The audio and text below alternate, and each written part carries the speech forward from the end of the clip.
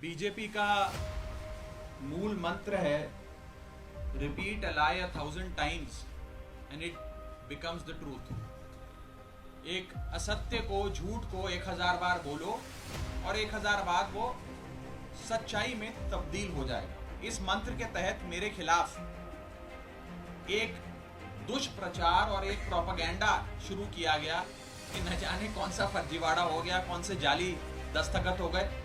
ये rule book है जिसके हिसाब से राज्यसभा चलती है। इस रूल बुक में जो लिखा है वो मैं आपको बताना चाहता हूं। ये रूल बुक कहती है कि किसी भी समिति के, सिलेक्ट कमेटी के गठन के लिए आप नाम प्रस्तावित करते हैं, कोई भी सांसद नाम प्रस्तावित कर सकता है, और जिस मेंबर का नाम प्रपोज किया जाता है, प्रस्तावित किया जाता है, उस मेंबर का ना साइन चाहिए, ना उस मेंबर का सिग्नेचर चाहिए, ना उस मेंबर का रिटन कंसेंट चाहिए।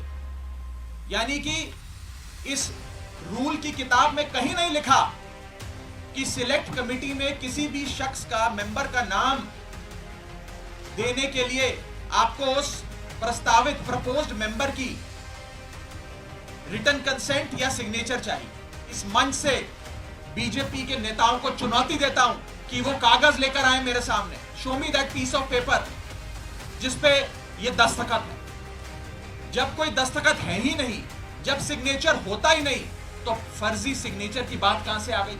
मैं चुनौती देता हूं आज बीजेपी को। आप तो इतनी बड़ी पार्टी है, इतनी शक्तिशाली, इतनी ताकतवर सरकार है आपकी, वो कागज दिखाओ मुझे जहां पर हस्ताक्षर है। चुनौती देता हूं मैं आपको। अगर आप कह रहे हैं मैंने कोई कागज जमा किया है जिसमें गलत तरीके से किसी के साइन किए गए हैं, तो वो कागज लेकर आओ। मैं आपको चुनौती देता हूं कि अगर कोई मेंबर चाहे कि इस बिल पर मतदान ना हो, इस बिल पर और चर्चा हो और इस बिल में क्या चेंजेस किए जाएं वो बताए जाएं, उसके लिए एक समिति का गठन किया जाए। उस समिति में कुछ नाम प्रस्तावित किए जाते और जिस शख्स को उस समिति में नहीं रहना, वो अपना नाम विड्रॉ कर लेता है। ये प्रपोजल है, ये प्रस्ताव है, किसी को जर जबरदस्ती नहीं बिठा दिया। मैं आपको एक बहुत सरल एग्जाम्पल के माध्यम से ये समझाना चाहता हूं और आप सब वो मेरी बात समझ जाए। मान लीजिए कि मेरा जन्मदिन, मैं अपनी जन्मदिन की दावत देता हूं, एक बर्थडे पार्टी आयोजित करता हूं। अपनी बर्थडे पार्टी में मैं 10 लोगों को न्योता देता हूं आने के लिए। 10 में से 8 लोग मेरा न्योता स्वीकार लेते हैं, आ जाते हैं। 2 लोग मेरा न्योता नहीं स्वीकारते, उल्टा मुझे कहते हैं तुम्हारी हिम्मत कैसे हुई हमें न्योता देने की, तुम्हारी हिम्मत कैसे हो गई, मजाल कैसे होगी कि तुमने हमें अपने जन्मदिन का न्योता दे दिया। ये वही बात है, मैंने तो समिति में शामिल करने के लिए न्योता दिया, कोई हस्ताक्षर थोड़ी दिया। लेकिन वो 2 लोग मुझसे खफा हो गए। जिस मामले को कमिटी ऑफ प्रिविलेजेस को रेफर करा गया, उसका ये पार्लियामेंट्री बुलेटिन है, सरकारी डॉक्यूमेंट है। मैं आज बहुत सबूत लाया हूं दिखाने के लिए आप सबको, ताकि दूध का दूध और पानी का पानी हो जाए। ये पार्लियामेंट्री बुलेटिन है जिसके तहत मेरे खिलाफ जो कंप्लेंट्स आई उसे विशेषाधिकार समिति को विचार के लिए भेजा गया। इस पूरी पार्लियामेंट्री बुलेटिन में कहीं भी फर्जीवाड़ा, फोर्जरी, फोर्ज्ड साइन, सिग्नेचर, हस्ताक्षर, किसी भी शब्द का प्रयोग नहीं किया गया। सिर्फ इतना बोला गया कि इसकी जांच करके बताइए।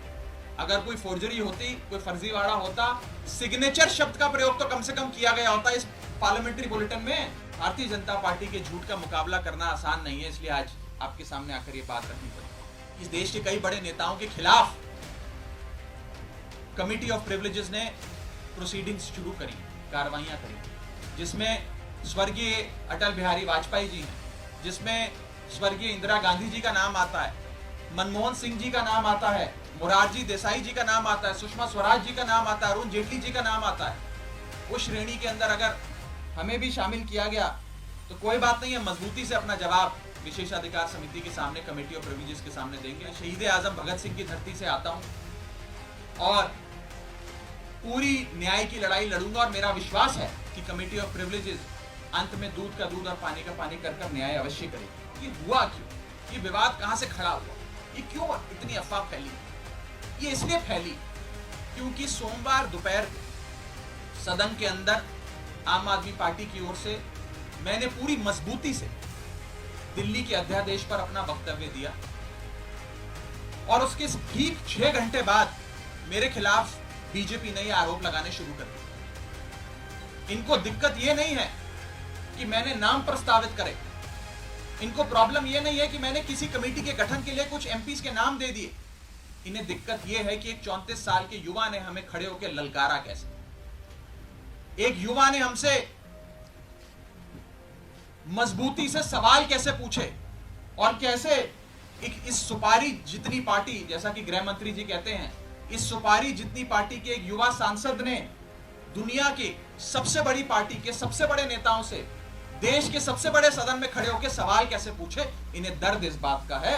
हमने अपने वक्तव्य में बीजेपी के पुराने मैनिफेस्टो दिखाकर उनके डबल स्टैंडर्ड्स को एक्सपोज किया, दिल्ली वालों के लिए न्याय मांगा, यहां तक कि लाल कृष्ण अडवाणी जी और स्वर्गीय वाजपेयी जी के लिए न्याय मांगा। ये दर्द शायद बीजेपी को सता रहा है, जिसके चलते आज वो मेरे खिलाफ कंप्लेंट्स कर रहे हैं।